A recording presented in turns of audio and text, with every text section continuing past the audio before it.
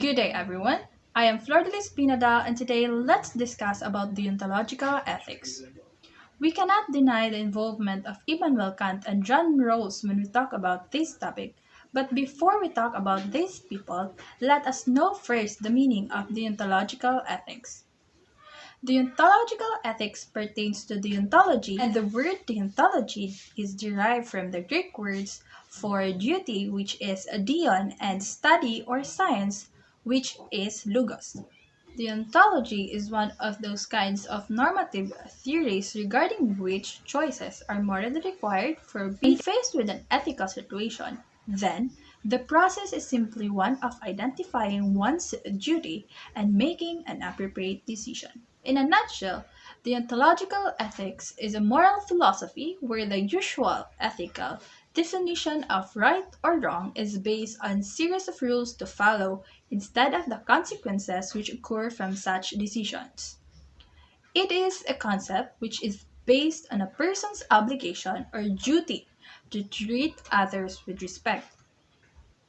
Deontological ethics is sometimes called non-consequentialism because in consequentialism, the basis for moral judgment about an action is its consequences, unlike deontology, where ethical definition of right or wrong is based on the series of rules to follow instead of the consequences.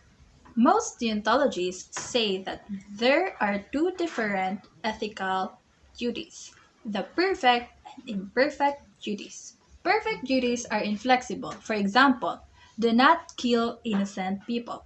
There are only two choices: either to kill an innocent person or not, meaning there is no middle ground. However, in imperfect duties, there are middle grounds. For example, learn about the world around you. Unlike the perfect duty where we only have two concrete choices, here we can all spend different amount of time on education and each will be fulfilling our obligation. How much we commit to imperfect duties is up to us. You will know more about deontological ethics as we discuss further in this report. Sets absolute rules. Second, it allows acts that make the world a less good place. Because duty-based ethics is not intended in the results, it can lead to courses of action that produce a reduction in the overall happiness of the world. Third is that there may be disagreements about principles involved in the decision.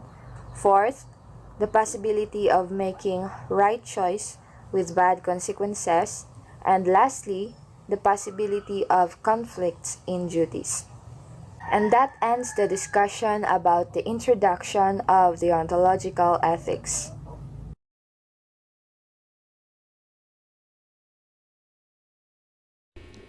Good day, I am NESTLE RABAYA and I will be reporting about Kant. So who is Kant? Immanuel Kant is the fourth of the 9 children. He was born on April 22, 1724 in Königsberg, Prussia, now known as Kaliningrad, Russia. He was a German philosopher whose comprehensive and systematic works in epistemology, ethics, and aesthetics greatly influenced all subsequent philosophies. So Kant was one of the foremost thinkers of the Enlightenment and arguably one of the greatest philosophers of all time. His parents, Johann Georg Kant and Regina Dorothea Ruther, were devoted followers of the Palist branch of the Lutheran Church, where the influence of their pastor made it possible for Kant to obtain an education. So Kant worked as a family tutor for 9 years and he worked for 15 years as a private docent or lecturer in the University of Königsberg, a position in which he remained active before a few years before his death. So his best known work is The Critic of Pure Reason. So here's a little timeline about his life. So In 1740, he enrolled at University of Königsberg as a theology student, but was attracted to mathematics and physics. At 1746, his father died and he was forced to leave the university to help his family. Between 1746 and 1755, he worked as a tutor to help his family. And at 1755, he returned to University of Königsberg to continue his study. At 1770, he became a professor at the university teaching metaphysics and logic. And at 1781, he published The Critique of Pure Reason. So Kant focused on ethics. He proposed a moral law called categorical imperative, which states that morality is derived from rationality and all moral judgments must be rationally supported. So, Kant continued to write on philosophy until shortly before his death. So, in his last years, he became embittered due to loss of memory. And in February 12, 1804, he died at the age of 80. So, that is all about Kant, and my co-reporter will continue reporting his deontological ethics. Thank you. Hi everyone, I'm RODA, and now I will discuss about the views of Immanuel Kant on deontological ethics. So my group mates already discussed on what is the meaning of deontological ethics, and they already discussed on who is Immanuel Kant. So now, I presented here the salient points on the views of Immanuel Kant. First, he stated here that Kant believed that ethical actions follow moral laws, such as don't lie, don't steal, don't cheat. Second, duty is the obligation to act from reverence, respect for, and obedience to the moral law. Next, Kant's moral theory is based on his view of human being as having the unique capacity for rationality. What Kant wants to convey here is that goodwill is the only true and indisputable good, and that goodwill are acts made out of respect of the moral law. Because moral law is a truth of reason, and we, as a rational creatures or a rational being, are bound by the same moral law. So if you may ask yourselves, what should I do? What Kant suggests is that we should act rationally and in accordance with the universal moral law. Next, Kant believes human inclinations, emotions, and consequences should play no role in moral action. Therefore, the motivation behind an action must be based on obligation, and the obligation here is the moral law, and well thought out before the actions takes place, because moral law is a sense of obligation, and as a rational individual, we should think rationally and weigh things in accordance with the universal moral law. So next, according to Kant, the moral on duty is a categorized or an absolute command. So that is why he calls his brand of morality categorical imperative. So the definition of categorical imperative is it is an unconditional moral law applying to all rational beings and independent of all personal desires and motives. So as morals, this imperative binds everyone. For this is the moral law all persons must follow regardless of their desires or extenuating circumstances. So next, categorical imperative is founded on two principles. First, the principle of universality, and second is the principle of humanity. So in the succeeding slides, we will discuss it one by one. So next, the principle of universality. So these act only on that maxim through which you can, at the same time, will it should become universal law. So it is presented here that man should perform only those actions that have universal repercussions or universal consequences. Therefore, one should not perform acts that cannot be universalized. So, in a layman's term, this means that if you do an action, then everyone should be able to do it. So the example here is that suicides and not paying debts are actions that cannot be universalized because this is not universally accepted. Or if everyone commits this example, then everyone should be able to do it, which is a big no-no. So, because it is not universally accepted. So next is the principle of humanity. So act in such a way you always treat humanity, whether in your own person or in the person of any other.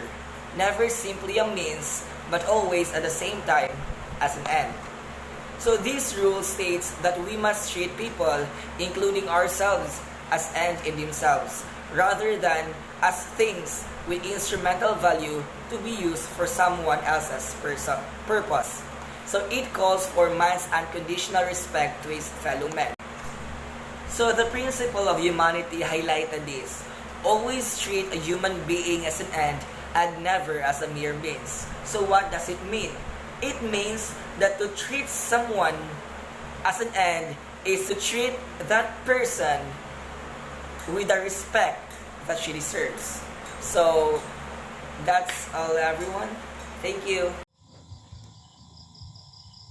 Deontological Ethics by John Rawls.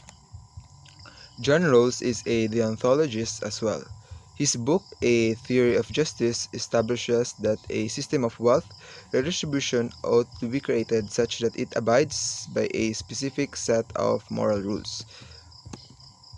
John Rawls was a liberal philosopher whose theory was in the mid-20th century, the default mainstream political philosophy.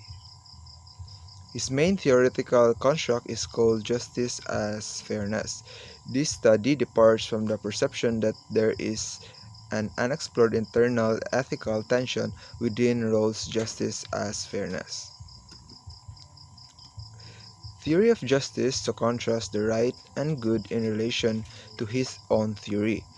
Here we find that despite his professed desire to provide a theory of justice wherein the right and the good are somehow congruent, he nonetheless tilts ultimately in the direction of right, or the ontological, and thus belies his earlier claim for congruence. In his theory of justice, John Rawls claims his two principles of justice are an interpretation of Kant's second formulation of the categorical imperative and that the original position is a procedural interpretation of Kantian autonomy. Finally, Rawls aside, we ask once again, is such a synthesis between right and good even possible, or are the notions of right and good, as they are traditionally defined, mutually exclusive and as such incapable of being joined together on an equal footing? If so, does this render fruitless all attempts such as Rawls to codify justice in a fair, humane way? So I will be continuing our report. The first approach to justice is characterized in formal ethics as that of deontology. This is actually referring to John Rawls' theory of justice and the concepts that is being discussed there, that we can say that John Rawls is actually a deontologist or a philosopher that focuses on deontology. Briefly sketched, deontology is a non-natural ethics which emphasizes the performance of duty and the primacy of right in an ethical system. So as previously mentioned in the previous parts of the report, the ontology is actually the focus of that one is the action itself or the right thing to do and not just the product or the outcome of a particular scenario. So that is actually what is being shown in John Rawls' theory of justice. It is focused on what is right, or it is focused on the right thing to do, which is, on this view, some acts are morally obligatory regardless of the consequences they entail, since they are derived from the overriding concept of right. So the key word that we can actually spot in here is regardless of the consequences. So this is in the this perfectly encapsulates what is the ontology. So regardless of the consequences or the product, if their action itself is wrong, it is actually morally wrong, because the ontology focuses on the action itself and not just the outcome, as well as it actually follows a strict rule of moral standards. So consequently, it is our ethical duty to act always in accordance with this right. Right is sui generis and can never be reduced to a good or to a teleological theory. So as being mentioned here, it can never be reduced to a teleological theory. So what is a teleological theory? It is quite the opposite of the ontology because it emphasizes on the consequences. So if for stealing, for example, you judge stealing by its outcome or the consequences.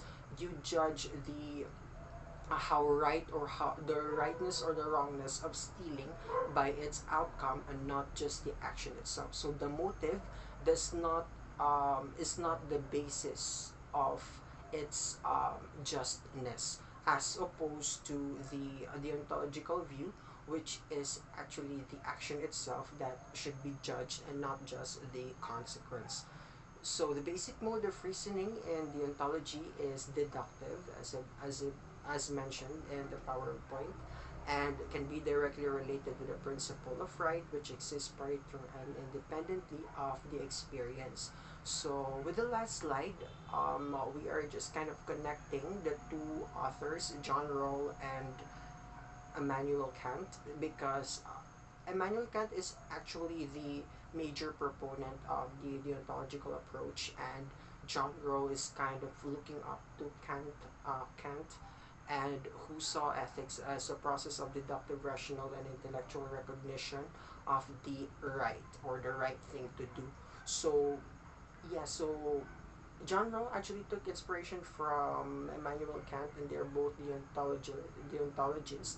And to sum it all up, basically John Rawls is a philosopher that focuses on what is right, and most of his work actually explains justness, equality, and he doesn't just focuses on the product, or he doesn't justify a certain scenario just with the consequences or just with the end product itself, but the action itself. So it focuses on the right thing to do because he believes that the good and the right is actually quite congruent. And this is actually where John Rawls' view on being humane, um, he kind of focuses on that particular concept. And I think that pretty wrap I think that pretty sums up the concept of John Rawls as a deontologist. So thank you so much for listening to this part of the report. Conclusion: Kant believed that we must follow absolute moral rules dictated by reason, which he called categorical imperatives. These rules, according to Kant, can never be broken. There can be no exceptions. For him, breaking rules is equal to acting irrationally. But which rules are we to follow? Well, those that pass the test of universalizability.